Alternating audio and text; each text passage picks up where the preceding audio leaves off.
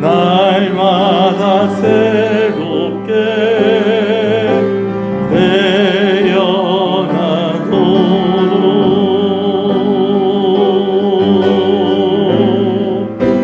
주는 아버지 우리는 주의 자녀 주님 두 팔로 안아주소서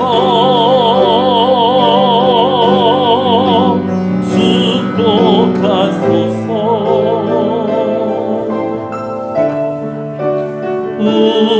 우리에게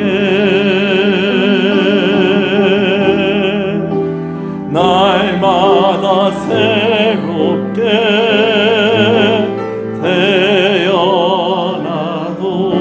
태어나도록 축복하소서 우리에게 축복하소서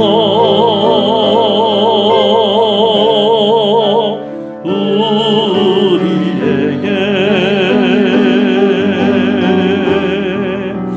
날마다 새롭게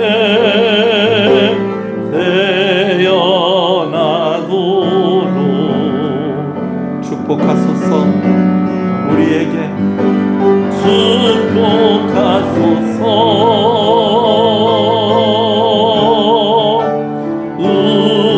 우리에게 날마다 새롭게 태어나도록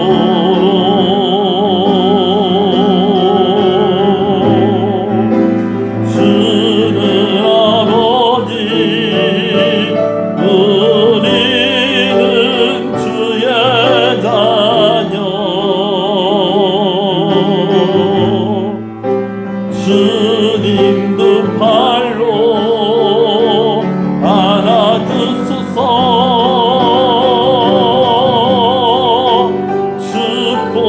축복하소서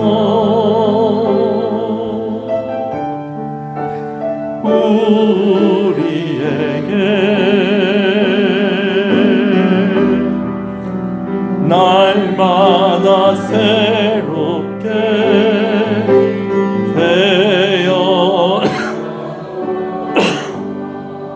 날마다 새롭게 태어나도록 날마다 새롭게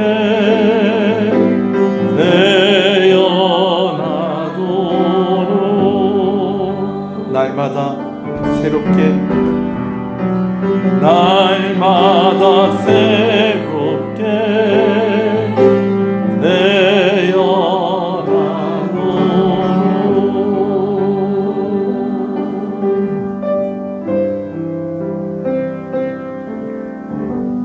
신앙을 고백하시겠습니다. 전능하사 천지를 만드신 하나님 아버지를 내가 믿사오며 그 외아들 우리 주 예수 그리스도를 믿사오니 이는 성령으로 잉태하사 동정녀 마리아에게 나시고 본디오 빌라도에게 고난을 받으사 십자가에 못 박혀 죽으시고 장사한 지 사흘 만에 죽은 자 가운데서 다시 살아나시며 하늘에 오르사 전능하신 하나님 우편에 앉아 계시다가 저리로서 산자와 죽은 자를 심판으로 오시리라. 성령을 믿사오며 거룩한 공예와 성도가 서로 교통하는 것과 죄를 사해 주시는 것과 몸이 다시 사는 것과 영원히 사는 것을 믿사옵나이다. 아멘. 하나님 감사합니다. 3일 저녁 함께 모여 예배하게 하시는 것을 감사합니다.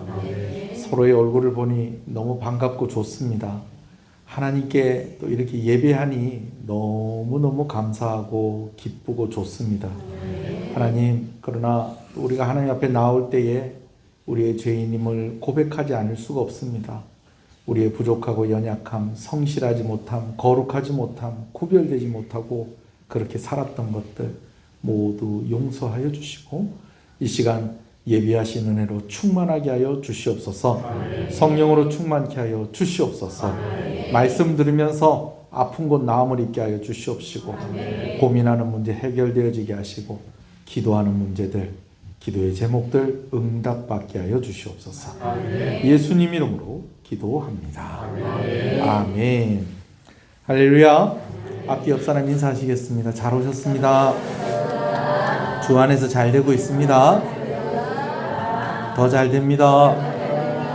갈수록 잘 됩니다. 반드시 잘 됩니다.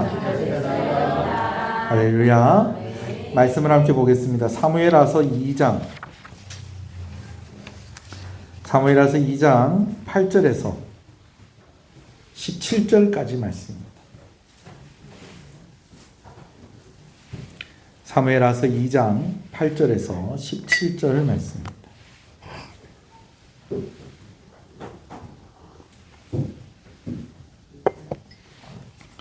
말씀 쭉 읽도록 하겠습니다. 8절부터 있습니다. 사울의 군사령관 넬의 아들 아브넬이 이미 사울의 아들 이스보셋을 데리고 마하나임으로 건너가 길르앗과 아술과 이스라엘과 에브라임과 베냐민과 온 이스라엘의 왕으로 삼았더라. 사울의 아들 이스보셋이 이스라엘의 왕이 될 때에 나이가 40세이며 2해 동안 왕위에 있으니라. 유다 족속은 다윗을 따르니 다윗이 헤브론에서 유다 족속의 왕이 될 날수는 6개월이었더라. 넬의 아들 아브넬과 사울의 아들 이스보셋의 신복들은 나와 기브온에 이르고 수르야의 아들 요압과 다윗의 신복들도 나와 기브온 못가에서 그들을 만나 함께 앉으니 이는 못 이쪽이요 그는 못 저쪽이라. 아브넬이 요압에게 이르되 원하건대 청년들에게 일어나서 우리 앞에서 겨루게 하자. 요압이 이르되 일어나게 하자 하며 그들이 일어나 그 수대로 나아가니 베냐민과 사울의 아들 이스보셋의 편에 12명이요 다윗의 신복 중에 12명이라. 강방의 머리를 잡고 칼로 상대방의 옆구리를 찌르매 일제히 쓰러진지라. 그러므로 그곳을 헬갓 하수림이라 일컬었으며 기브온이 있더라. 그날의 싸움이 심히 맹렬하더니 아브넬과 이스라엘 사람들이 다윗의 신복들 앞에서 패하니라. 아멘. 대통령을 뽑기 위해서 이제 선거운동이 본격적으로 진행이 되고 있습니다. 오늘 오후에는 강구안에 후보 1번이 와서 유세를 하고 갔다고 그러더라고요. 저는 직접 가서 보지는 못하고 그러니까 또 나름 또 지지하는 사람들이 또 모여가지고 또 막 그냥 막 벌써 대통령 됐다고 막 그러고 있고, 저는 이제 유튜브로 이제 실황 중계가 이렇게 되길래 요즘 세상이 얼마나 참 좋은 세상입니다. 예, 나오는 그런 모습들을 제가 봤습니다. 그래서 그런 것은 아니고요. 설교를 해 나가던 본문의 순서를 따라서 이제 오늘도 계속해서 사울 왕의 죽음 이후에 이스라엘의 정권이 어떻게 바뀌고 있는가 하는 것에 대해서 말씀을 나누려고 합니다. 사울 왕과 요나단을 포함한 그의 세 아들이 길보아 전투에서 죽고 난 이후에 이제 하나님 선택하셔서 왕으로 기름 부음을 받은 다윗이 이제 그가 있었던 블레셋 땅 시글락을 떠나서 이제 유대 땅으로 다시 돌아오게 됩니다. 그러면서 정착을 한 곳이 헤브론입니다. 그냥 다윗이 헤브론 가고 싶어서 온 것이 아니고요. 누구에게 물어보고 헤브론을 선택한 것입니까? 하나님께 여쭤봤더니 하나님이 어디로 가거라? 헤브론으로 가거라 그렇게 하는데, 이 헤브론이 아주 의미가 있는 그런 곳이었습니다. 자, 일이 그냥 술술술술 이렇게 잘 풀리는 것 같았는데 그렇지가 않았다는 거예요. 헤브론까지는 잘 왔는데, 그리고 참 이 의미 있는 땅, 아브라함이 정착을 하고 또 그의 무덤이 있고 야곱의 무덤도 있고 12지파의 조상이 된 야곱의 무덤도 있고 아주 의미 있는 이곳에 딱 도착해서 자리를 잡는 데까지는 성공을 했는데, 문제는 다윗을 인정해주는 지파가 12지파 중에 한 지파, 유다 지파밖에 없었다라는 것입니다. 다윗이 유다 지파에 의해서 기름 부음을 받고 이제 헤브론에서의 이제 왕으로서의 행보가 시작이 되었습니다. 자, 그러면은 그럼 다윗이 이제 12지파가 다 인정하는 왕이 될 때까지는 얼마나 걸렸느냐? 7년 반이 걸립니다. 그럼 7년 반 동안 다윗을 인정하지 않은 사람들은 뭐 하고 있었을까요? 서로 이제 권력 다툼을 하고 있었던 겁니다. 다윗이 왕이 돼야 된다는 거 그들도 잘 알고 있었어요. 하나님이 선택한 사람이라는 것, 다윗이 이때까지 살았던 그런 모습들 보면 하나님 선택한 사람이 맞다. 특히 다윗에게 기름을 부었던 누가? 사무엘이 보증하는 사람이 누구였다는 겁니까?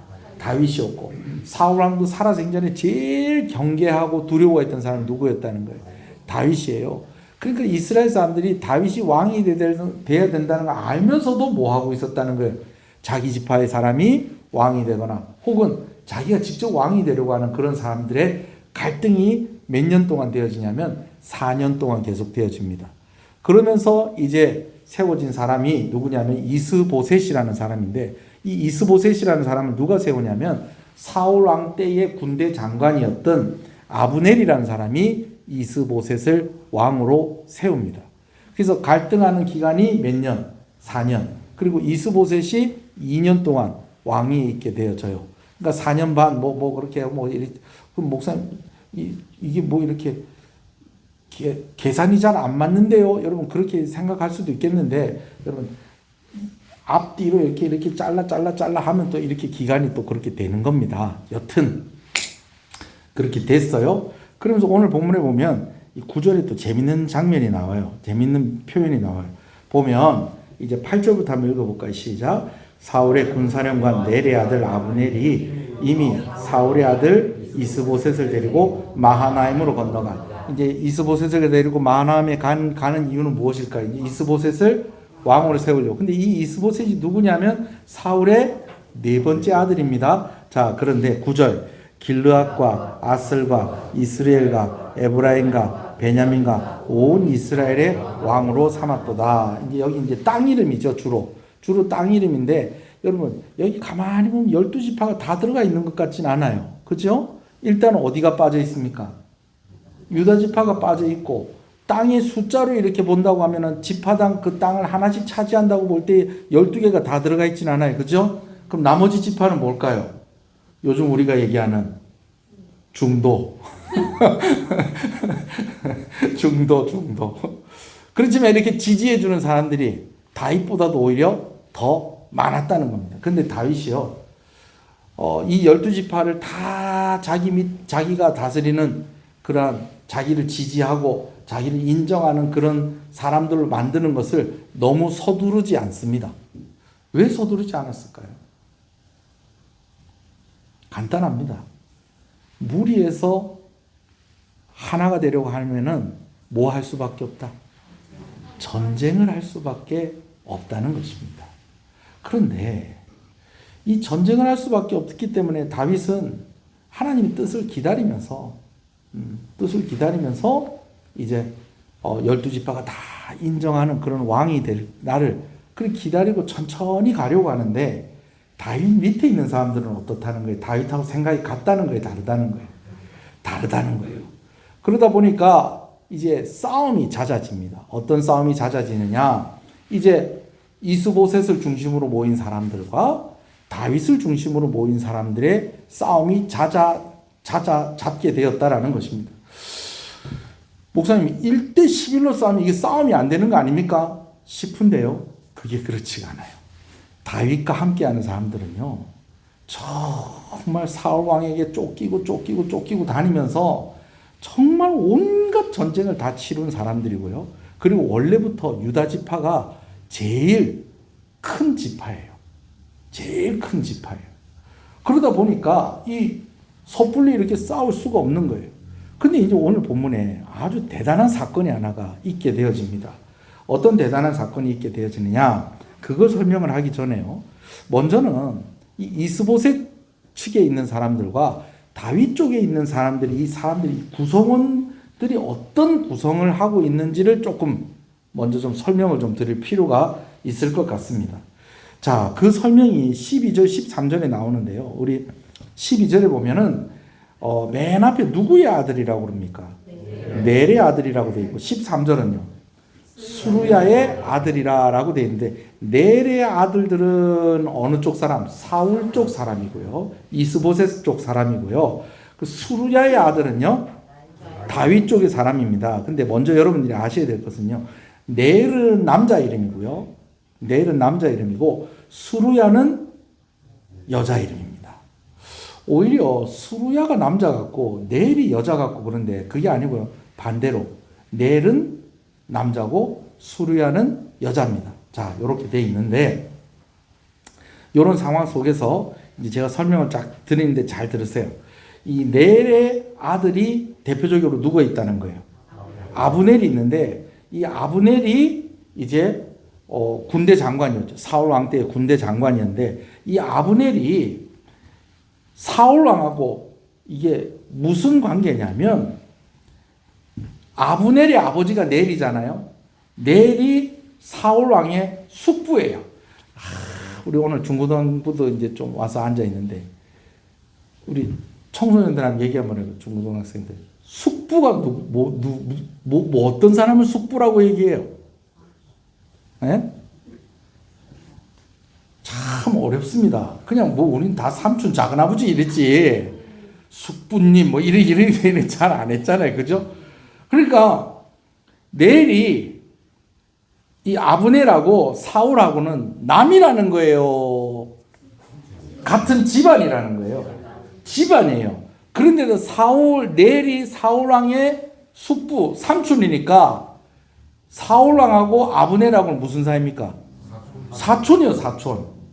그러면은 이스보셋을 왕으로 세운 거는 아브넬이 지금 누구를 왕으로 세운 거예요? 자기의 조카를 자기 이제 나라의 왕으로 세운 거예요. 자기가 왕이 될 수도 있었겠지만 그러나 여러 가지 뭐 이런 좀 명분이나 뭐 이런 거 하기에는 누구의 아들이 왕 되는 게 사울 왕의 아들이 왕 되는 게 낫다 싶어서 이제 이렇게 된 겁니다. 이를 보고 나니까 그렇네.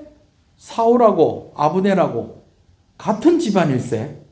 자, 그런데 그 다음도 있습니다. 누굽니까? 13절은 수루야입니다. 아니 왜 남자 이름이 안 나오고 왜 여자 이름이 나오느냐? 이쪽은 여자가 누구랑 관계 있는 거예요. 엄마가 다윗하고 관계가 있는 거예요. 근데 조금 복잡해요. 저도 이것 정리하다가 좀 머리가 좀 이렇게 복잡하더라고요. 뭐냐면 수루야는요, 한마디로 얘기하면 다윗의 누나입니다. 다윗의 누나예요. 그런데 누나긴 누나인데 어떤 누나냐면 엄마는 같아요. 아빠가 달라요. 다윗의 아버지가 누구죠? 이새입니다. 이새가 다윗의 엄마랑 결혼했는데 이 다윗의 엄마가 이미 딸이 하나 있었던 거예요. 그 딸이 누구라는 거예요? 수루야예요, 수루야. 근데 여러분 뭐 이럴 수도 있어요. 그죠? 아니 그렇죠. 얘기가 나왔는데 씨가 다르다 뭐 이렇게 얘기를 하는데 여러분 이럴 수도 있죠. 뭐 재혼하고 뭐 이럴 수도 있잖아요. 그죠? 안 그렇습니까? 그런데 수루야가 아주 좀 뭐랄까요? 우리식으로 얘기하면 아주 당찬 대장부 같은 그런 사람이었던 거예요. 그러니까 이제 엄마가 이제 자기를 데리고 이제 시집을 왔는데도 절대 꿀리지 않고 막 동생들 다 휘어잡고 막 그리고 막 남편도 뭐 휘어잡고 그러니까 아들들도 다 어떤 아들 용감하고 당차고 막 싸움하고 막 싸움하면 막 지지도 않고 막 이런 아들을 삼형제. 옛날에 저희가 아주 어렸을 때 강원도에 살았던 적이 있었어요. 저희 아버지가 강원도에서 군 생활할 때. 그때 제 동생은 강원도에서 태어났죠. 근데 주인집입니까? 맞아요. 삼형제. 주인집의 삼형제가 얼마나 유별나고 개구장이고 특히 첫째가 청룡이, 둘째가 황룡이, 셋째가 삼룡이에요. 용 3마리를 키우는데 말을 더럽게도 안 듣는 아들이 있는데 그 아들이 특히 몇째? 둘째. 근데 이 둘째가 이 말도 안 듣고 그러는 거예요. 그래 이제 그 주인집 아주머니하고 요즘도 우리 어머니하고 겨울이 되면 어머니가 굴 보내주시고 그 우린 강원도 아줌마라 그러거든요. 강원도 그 육단리 아줌마가 이제 그 동네 이름이 육단리예요. 거기서 이제 김치 담가서 주면 제가 또 강원도 김치를 또 좋아해요. 또 강원도 김치 이제 저한테 좀 주고 하는데 얼마나 유별나고 그러는지 그냥 막 옛날에는 문 창호지가 이 창호지를 이렇게 발라놓은 그렇잖아요. 근데 강원도가 또 얼마나 추워요. 뭐 안 살아봤다고 그때 여러분 짐작이 가잖아요, 그죠? 근데 이런 자식이 개구장이가 돼갖고 주인집 아들이면 주인집 아들이지. 뭐 창살이 착착착착착착 돼갖고 종이를 착 하고 잘 발라놓은 거를 빵꾸를 뽕뽕뽕뽕뽕뽕뽕뽕. 이게 다 제 어머니한테 들은 얘기입니다. 그래 어머니가 화가 나요, 안 나요? 화가 나지. 그러니까 주인집 아주머니도 미안하기도 하고 하니까 네가 한번 우리 아들 한번 잡아봐라. 그래가지고 그 아들을 그냥 막 우리 어머니가 버릇을 고쳐준다고 한번 잡았더니 나를 볼 때마다 때리는 거예요. 그때 어머니가 참으셨으면 제가 지금보다 조금 더 얼굴이, 왜냐하면요 나중에 강원도 대표 복싱 선수가 됩니다. 제가 그런 사람한테 맞고 살았다니까요. 누구 때문에? 우리 엄마 때문에. 자, 이 수루야의 아들들이 좀 이런 아들들이에요. 그냥 나중에 그 형들하고 다 이제 친해져가지고 나중에 커서도 이제 조금 이제 초등학교 다닐 때 다시 이제 서울에 이사 와서 살 때 그때 이제 또 같이 만나서 또 그거 하고 또 우리가 다시 강원도 놀러 가기도 하고. 지금은 본 지가 오래됐어요. 황룡이 형. 그래요. 여러분 생각해 보세요. 문에다 그 구멍, 사실 그게 좀 재밌긴 재밌거든요. 저도 몇 번 해보긴 해봤거든요. 벌집을 만들어 놓으니까 막 그래야 이 자식 그래갖고 한번 잡았더니 저를 벌집을 만들어 놓고. 네, 여튼 뭐 그런 딸입니다. 수루야라는 여인입니다. 자, 여튼 간에 수루야가 누구 누나라는 거예요?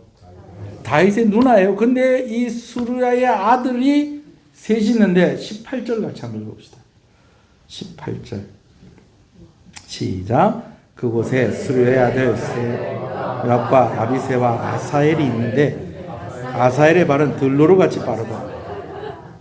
자, 이 아들들이요. 첫 번째는 누가 있습니까?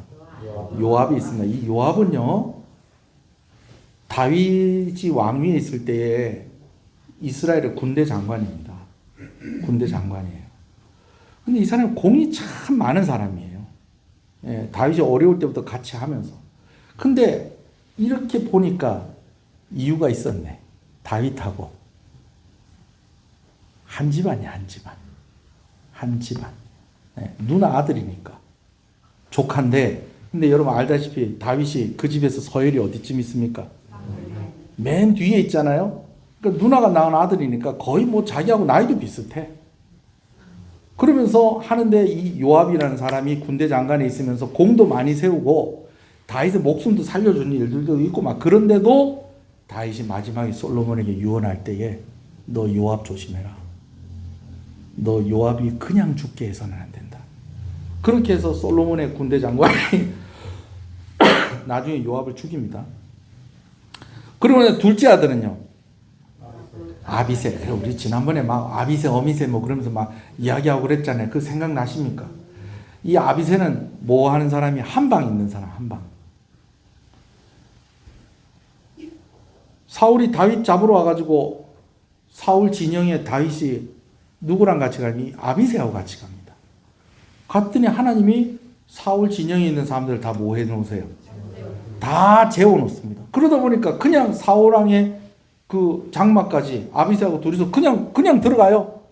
그리 딱 보니까 아비새가 딱 눈치를 보니까 다윗이 사울을 죽이겠다 안 죽이겠다? 안 죽일 것 같거든. 왜냐하면 그전에도 굴 속에 사울이 뭐하러 왔다가 그렇지. 난 자체 긴장했어요. 또 너무 원색적으로 나올까봐. 볼일보러 들어왔다가 다윗이 충분히 사울을 죽일 수 있었는데 다윗이 사울을 죽여야 안 죽여요? 하나님의 기름 부음 받은 자다. 그래서 사울을 죽이진 않습니다. 그랬던 다윗을 너무 잘 알고 있으니까 이 아비새가 뭐랍니까? 저에게 허락만 해주시면 이 창 갖고 그냥 한 방에 끝내겠습니다. 여러분 그런 정도로 성정이 화끈한 사람이에요. 예. 그래도 이 아비새는 그래도 다윗에게 참 충성하는 사람이었어요. 자, 셋째는 누굽니까? 아사엘입니다. 이 아사엘이 참 문제입니다. 아사엘이 참 문제예요. 발이 뭐 같다고요? 들로로 같이 빠르더라. 빠른 거예요. 빠른 거예요. 여러분 사고는 이런 애들이 다 치고 다닙니다. 왜요? 사고 치고 퓨 도망가는 거예요. 오늘 설교가 짧기 때문에 얘기 하나만 더 하겠습니다. 주일학교에 우리 학생들 잘 모를 것 같아요. 지금의 유재석을 만든 이야기 하나가 있는데 여러분 그거 기억하세요? 옛날에 서세원의 토크박스라고 뭐 이렇게 뽕 돌려가지고 뭐 주제에 따라서 이야기하고 하는 거. 유재석도 지금은 참 착한 일 잘하는 모범적인 연예인으로 유명하잖아요. 근데 유재석도 어리고 철없을 때가 있었다 없었다? 있었다는 거예요. 그래서 자기 친구하고 고등학교 때인가 중학교 때인가 야 우리 오늘 한번 털자 그랬대. 뭘 털어? 우리 저 구멍가게 한번 털자. 저 구멍가게에 할머니하고 할아버지가 두 사람밖에 안 계시는데 우리 구멍가게를 털어가지고 내가 시선을 분산하는 사이에 너는 아무거나 하나 들고 튀어라. 그땐 지금보다 훨씬 좀 먹을 게 좀 귀할 때고 또 한 번씩 또 그런 일들도 있으면 그냥 눈 감아주고 그랬던 시절이니까. 튀어라. 그래가지고 그거를 유재석이 망을 봤는지 유재석이 들고 튀었는지 모르겠지만 딱 해가지고 시선을 이렇게 다른 데로 딱 쏠리게 해놓고 한 박스 확 잡고 튀었답니다. 튀는데 여러분 전문가들은요 튀면요 같이 도망을 갈까요? 길을 나누어서 도망을 갈까요? 나누어서 도망가는데 얘들은 같이 튀는 거예요. 같이 튀는데 이놈이 앞장서서 달리는 놈이 내리막길로 안 가고 오르막길로 도망을 가니까 주인집 그 구멍가게 할머니인지 할아버지인지 제가 정확하게 기억은 안 나는데 그 주인이 저놈들 잡아라 그러면서 따라오다가 언덕으로 올라가니까 중학생 고등학생이 언덕으로 올라가니까 그 따라가겠어요? 못 따라가겠어요? 못 따라가지. 근데 도망가는 자기들도 죽겠는 거예요. 그러면서 그래도 그냥 막 어떻게 잡히면 이제 큰일 나니까 이제 막 열심히 도망가서 언덕에 서울엔 또 그런 집이 많습니다. 뭐 통영도 그런 집 많이 있죠. 뭐 이렇게 막 하여튼 막 해가지고 막 주인 따돌리고 막 이제 살았다. 야 성공했다. 성공했다. 그러면서 좋아가지고 야 뭐 갖고 왔는데 그래갖고 열어보니까 빨대가 한 박스 들어있다.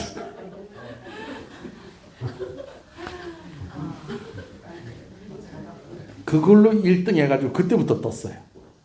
유재석이. 진짜로. 그래서 그 이전에 유재석이가 막 이런 무슨 이 코미디언들이 막 연기하고 그러는데 막 무대 공포증이 있고 막 그래서 힘들었는데 이 말하는 요걸로 탁 떠가지고 지금 유재석이 빨대 한 통 띄고 언덕을 올라갔다. 달리기 잘하는 애들이 여러분 다 그런 건 아닌데 또 이런 사람이 또 사고를 치거든요. 근데 안타깝게도 너무 달리기를 잘해서 제일 일찍 죽습니다. 제일 일찍 죽어요. 자, 여튼 오늘 제가 말하고 싶은 건 뭐냐면 그러고 보니까 요압도 다윗하고 한 집안 사람이라는 거예요. 그럼 이렇게 정리가 되겠어요. 사울 왕의 아들인 이스보셋에 있는 사람들이나 다윗과 함께하고 있었던 요압과 또 아비새와 또 이런 다윗과 함께하는 사람들도 물론 아닌 사람들도 있겠지만 그 중심이 되는 사람들은 다 어떤 사람들이었다? 한 집안의 사람들이었고 가문 간의 전쟁이라고도 할 수 있겠다. 여러분 이렇게 정리가 될 수가 있겠습니다. 자, 그런데 아까도 말씀을 드렸듯이 이제 이 12지파가 다 다윗을 인정을 해줘야 되는데 지금 그런 상황이 아니라는 거예요. 그러나 다윗은 무엇을 원하지 않았기 때문에? 전쟁을 원하지 않았기 때문에 어쩌든지 평화롭게 천천히 뭘 이렇게 진행을 하고 싶은데 다윗과 함께하는 이들은 그렇지가 않았다는 겁니다. 그래서 드디어 시비가 붙게 됩니다. 어디서 시비가 붙게 되냐면 기브온에서 시비가 붙어요. 여기 보니까 뭐라고 돼 있냐면 못가에서 이렇게 돼 있는데 그 못이 얼마나 큰 못인지는 모르겠어요. 그런데 이제 이런 거 있잖아요. 뭐 원수가 외나무 다리에서 만난다 뭐 이러는 것처럼 이쪽 편에서 오고 이쪽 편에서 오고 하다 보니까 물 건너편에 서로 이제 마주보게 된 거죠. 마주보게 돼 놓으니까 이제 뭐 서로 이런 이야기들이 오고 가지 않았겠어요. 야, 저기 어떤 영화의 한 장면을 좀 인용하면 야, 이 걸베이들아, 요 뭐 얻어먹으려고 기 왔노? 뭐 이런 식으로 뭐 이런 식으로 얘기하면 야, 우리가 걸베이가 아니라 너가 걸베이구만 뭐 이러면서 막 말싸움하다가 나중에 이제 어떻게 되는 거예요? 니 죽을래? 아, 제가 뭐 하나 생각나는데 오늘 여기까지만 하겠습니다. 자, 그래가지고 뭐 이제 시비가 붙은 거예요. 그래가지고 이게 지금 물 가운데 사이에다 두고 이거 없었으면 벌써 어떻게 됐을 건데? 벌써 주먹 날라 뭐 난리가 났을 건데 이제 한쪽에서 제안을 하는 거예요. 야, 이제 우리 입으로 그만 떠들고 우리 실제로 한판 붙자. 뭐 어떻게 붙을래? 너가 12명 뽑아라. 우리도 12명 뽑을게. 그래서 12명 뽑아서 서로 싸우게 하자. 이렇게 된 거예요. 그런데 이 12명 뽑자 그러니까 그렇게 하면 이제 내가 야, 너가 12명 목숨 걸고 싸울 수 있냐? 그러니까 그렇게 얘기하면 뭐 그건 좀 곤란한데 오늘 뭐 우리 싸움 잘하는 애들 다 집에 놔두고 왔다. 다음에 붙자. 뭐 이러고 가야 되는 건데 알았어. 야, 12명 나와봐라. 또 12명 또 나오는 거예요. 거기서도 12명 나오는 거예요. 이 12이 나와서 어떻게 싸우는 거 아니? 자, 성경 그대로 한번 볼게요. 자, 14절부터 읽어봅시다. 시작. 아브넬이 요압에게 이르되 원하건대 청년들에게 일어나서 우리 앞에서 겨루게 하자. 요압이 이르되 일어나게 하자 하매 그들이 일어나 그 수대로 나아가니 베냐민과 사울의 아들 이스보셋의 편에 12명이요 다윗의 신복 중에 12명이나 이제 12명 이제 붙는 거예요. 예. 붙는데 어떻게 붙느냐? 16절이에요. 시작. 각기 상대방의 머리를 잡고 칼로 상대방의 옆구리를 찌르며 일제히 쓰러진지라. 여러분, 저도 그 영화 안 봤는데 그 영화에서 나온 여러 가지 유행어 중에서 이런 유행어가 있어요. 들어와. 무슨 영화예요? 신세계 맞습니까? 황정민이라는 배우가 엘리베이터 안에서 자기 혼자 칼 딱 잡고 엘리베이터 안에서 자기 죽이려고 하는 사람들하고 저 공간 안에서 싸워서 혼자 살아서 나와요. 맞아요? 제가 그 영화를 안 봐서. 여러분 그런 장면 한번 상상을 해보세요. 얼마나 잔인한 장면입니까? 이게 영화니까 그렇지 실제로 그런 일이 있다고 생각을 한 거예요. 근데 오늘 성경에 나와 있는 대로 12명이 나왔으니까 아마 둘씩 짝을 지었겠죠? 근데 어떻게 했다는 거예요? 서로 머리를 잡고 손으로는 어떻게 했다는 거예요? 서로 옆구리를 찌르는 거예요. 자, 이거를 이렇게도 해석을 할 수가 있어요. 첫 번째는 진짜 머리를 잡고 싸웠다. 그러니까 이런 거지. 머리를 먼저 놓든지 칼에 찔려서 먼저 쓰러지든지 하는 사람이 뭐 하는 거예요? 지는 거. 이게 얼마나 미련한 짓입니까? 얼마나 미련한 짓이에요. 또 두 번째는 머리를 잡고 있다가 싸우는 거예요. 그러니까 우리 뭐 하는 것처럼 씨름할 때 삿바 잡는 것처럼, 또 복싱할 때 이렇게 하다가 싸울 때 뭐 합니까? 서로 주먹을 탁 이렇게 탁 하고 하는 것처럼 이제 머리를 이렇게 맞대고 있다가 머리 한번 탁 잡고 이제 서로 이제 싸우는 거죠. 오늘 내가 설교하면서 액션을 다 하고 참. 그 다음 또 한 가지 생각해 볼 수 있는 거는, 머리를 잡았다라는 것은 무엇을 의미하는 것이냐면 방패가 없이 싸웠다는 거예요. 막는 거 없이 싸웠다는, 그런 것이 머리를 잡고 싸웠다라는 의미일 것이다. 그리고 또 하나, 뭐 할 때까지 싸웠다? 죽을 때까지 싸웠다. 12명이 그 연못가에서 싸웠으니까 추측을 하긴 아마 그 물 속에 들어가서 싸웠을 수도 있겠고, 뭐 그 물 바깥에서 싸웠을 수도 있겠는데, 이 피가 낭자한 거예요. 그러면 그 피가 또 다 어디로 흘러가요? 그 연못가로 흘러가면 이 연못의 색깔이 또 멀리, 그럼 옆에 있는 사람 또 어떻게 되고? 흥분하고. 그럼 12명의 싸움으로 끝나는 것이 아니라 전체 싸움으로 번지는 거죠. 근데 여러분 어떻게 됐냐면요. 30절, 31절 한번 보십시다. 그 중간에 있는 이야기는 다음 주에 제가 말씀을 드릴 거예요. 30절, 31절입니다. 시작. 요압이 아브넬 쫓기를 그치고 돌아와 무리를 다 모으니 다윗의 신복 중에 19명과 아사엘이 없어졌습니다. 자, 몇 명이 없어졌다고요? 19명하고 아사엘. 여러분 이 아사엘이 누굽니까? 요압의 막내 동생입니다. 막내 동생. 그 달리기 잘한다는 애. 예. 사실은 죽은 거예요. 죽었어요. 그 얘기는 제가 다음 주에 할 거예요. 자, 다윗 쪽에서 몇 명 죽었다고? 20명 죽었어요. 자, 그러면 31절이에요. 시작. 다윗의 신복들이 베냐민과 아브넬에 속한 자들을 쳐서 몇 명?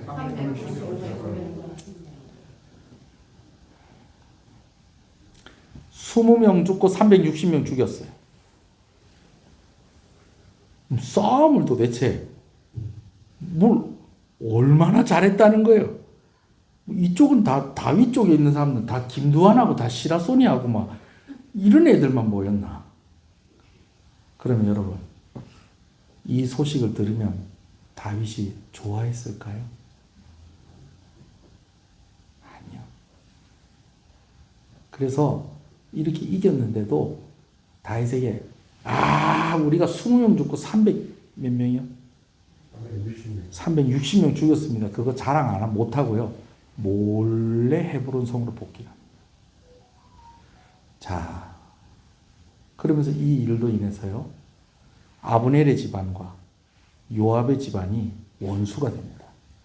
왜냐하면 아브넬이 누구를 죽이냐면 바로 요압의 막내 동생인 아사엘을 죽여요.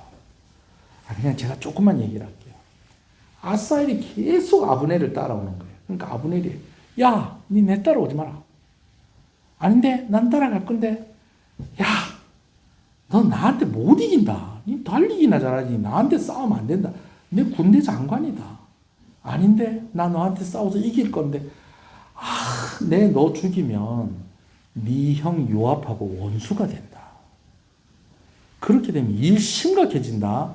나 더 이상 따라오지 마라 하는데 이 들로르 같은 아사엘이 따라와가지고 아브넬한테 창에 맞아 죽는데 이 창이 몸을 관통합니다.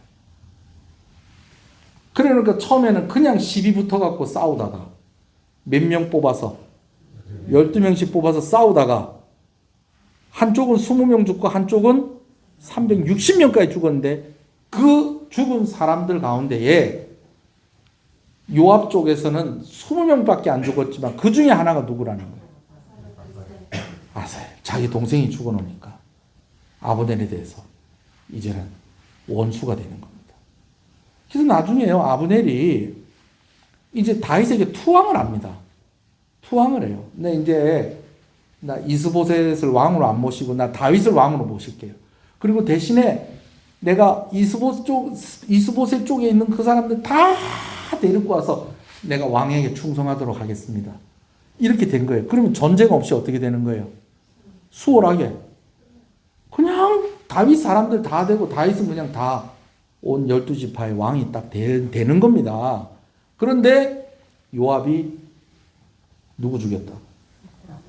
자기 동생 죽였다고 해서 이 아브넬을 몰래 죽입니다. 다윗이 죽이라고 했는데 죽이지 말라고 그랬는데 죽이지 말라고 그랬는데 그럼 아브넬 따라서 다윗에게 오려고 했던 사람들이 오려고 하겠어요? 안 오려고 그러겠어요? 가면 우리도 저렇게 되겠구나. 말씀을 이제 마무리하겠습니다. 여러분, 우리는요, 함께하는 이들에게 도움받을 때가 많이 있어요. 그렇죠? 얼마나 많이 있습니까? 그런데 때로는요, 함께하는 이들 때문에 생각지도 않았던 속상한 일들도 생기고, 당황스러운 일들도 생기고, 때로는 위기 가운데 있게 될 때도 있다라는 것입니다. 대표적인 게 누굽니까? 친구요? 아이고, 가족이요, 가족. 함께 하나님의 이름을 부르면서 함께 여호와의 길을 가면 좋은데 또 그렇게 간다고 해도 또 어떻게 하다 보면 형이 잘 되는데 동생은 또 잘 안 되고 또 동생은 또 잘 되는데 형이 또 잘 안 되고 아니 누나가 또 희한한 아들들을 또 낳아가지고 이 아들들이 또 사고를 치고 별별 일이 다 있다라는 거예요. 사람에게 도움받을 때도 있지만 그 사람 때문에 힘들 때도 있다 없다? 있다라는 거예요. 다윗은 평화를 추구하는 왕이었는데 다윗과 함께하는 이들은 다윗과는 다르게 너무 거칠고 폭력적이고 이런 사람들이었다는 거예요. 근데 여러분, 근데 사실은요, 이 사람들이 다윗의 목숨을 여러 번 살려줬어요. 이 사람들 없었으면 아말렉 사람한테 끌려갔던 그 가족들 어떻게 다 찾아왔을 거예요. 그래요, 안 그래요? 그렇잖아요. 예배당 지을 때에 선배 목사님이 이런 조언을 해주시더라고요. 다 교회 짓기 전에 교회 지어야 된다고 막 큰 소리 내던 사람들이 막상 교회 짓기 시작하면 그 사람들 목소리가 안 들린대요. 심지어는 다른 교회로 도망가는 사람들도 있대. 근데 목사가 그거 조심해야 된다는 거예요. 뭐냐면 아니 앞장서서 짓자고 했던 사람이 또 막상 교회 건축 시작을 하면은 헌금도 안 하려고 그러고 헌신도 안 하려고 그러고 막 이러는 거 보면서 시험 들지 말라는 거예요. 뭘로 시험 그럼 어떻게 그 사람들을 어떻게 받아들이냐? 그런 사람들이 있었기 때문에 그 일이 시작되었다라는 거 잊어버리지 말라는 거예요. 무슨 얘기인지 아시겠습니까? 그 사람들이 할 일은 그거라는 거예요. 그거.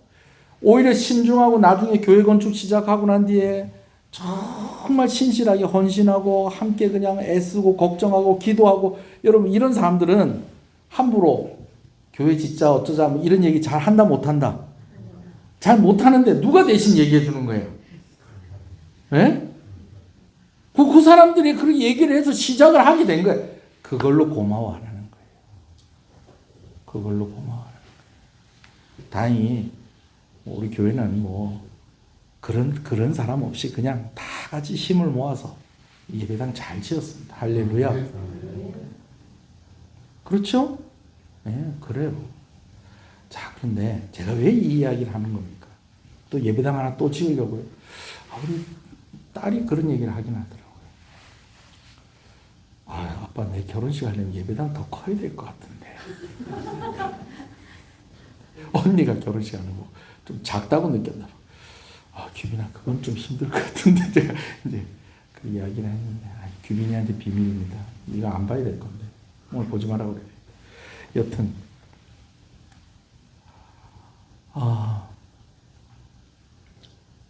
잘 왔어요. 그렇지만 또 우리가 또 그걸 또 뭐 예배당 또 진짜 제가 그런 얘기를 하려는 건 아니고 여러분 늘 그 사람한테 고마웠던 거 생각하면 그 사람들 품을 수 있어요. 할렐루야. 오늘 저희 가족 얘기 너무 많이 해서 죄송합니다.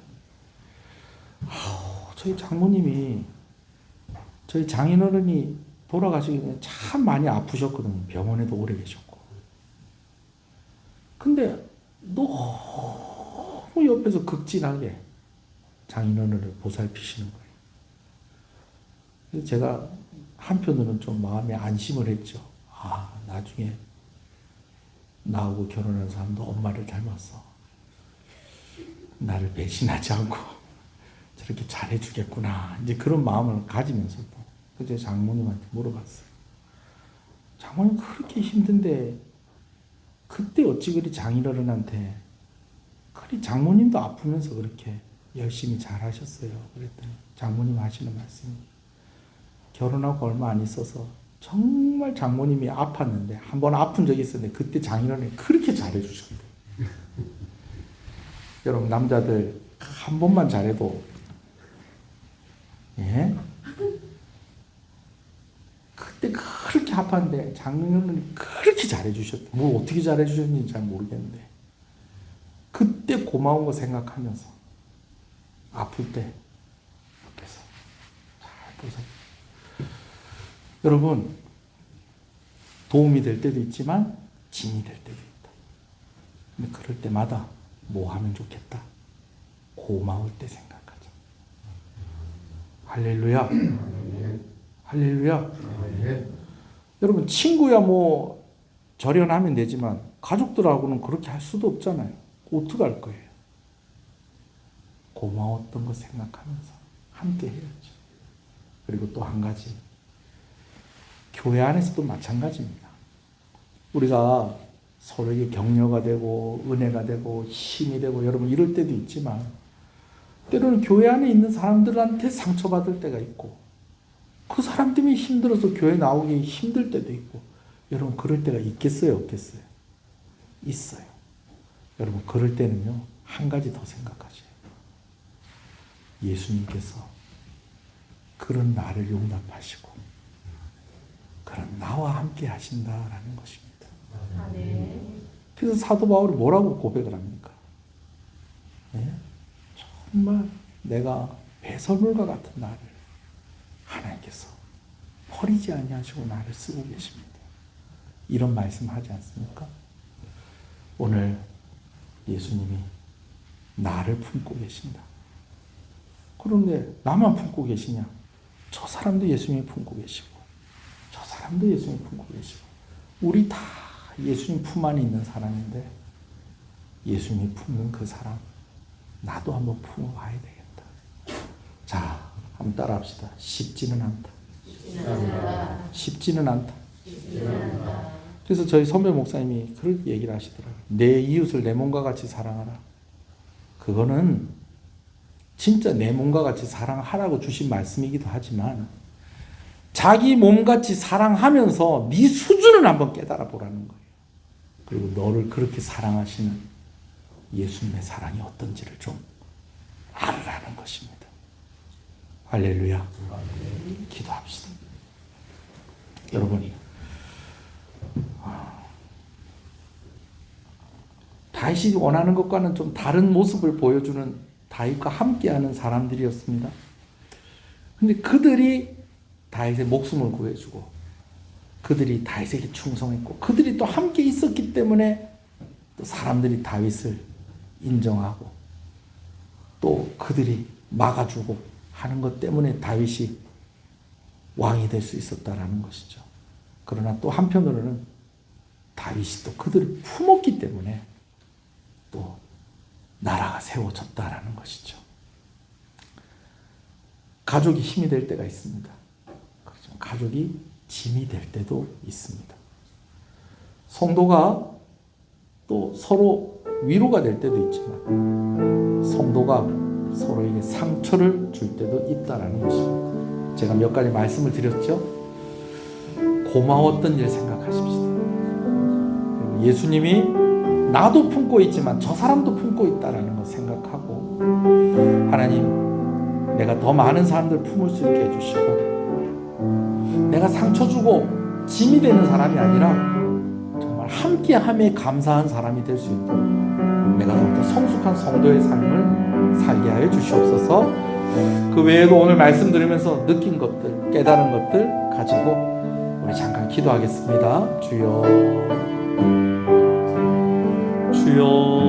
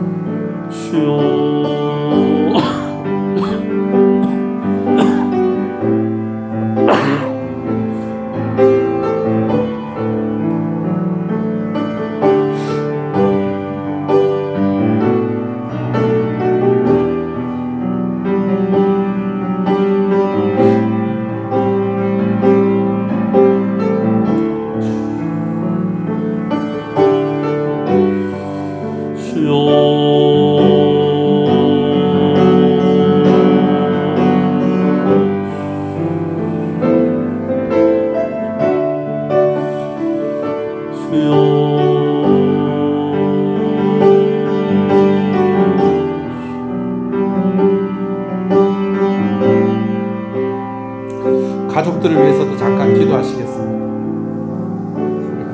자녀들을 위해서, 부모님들을 위해서, 배우자를 위해서 또 잠깐 기도하겠습니다. 주여,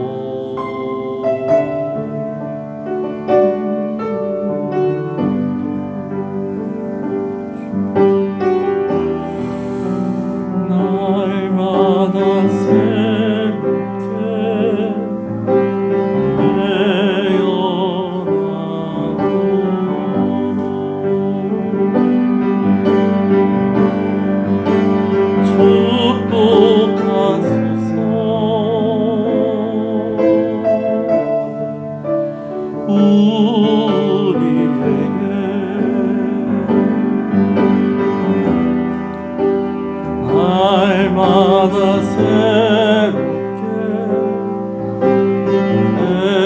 태어나고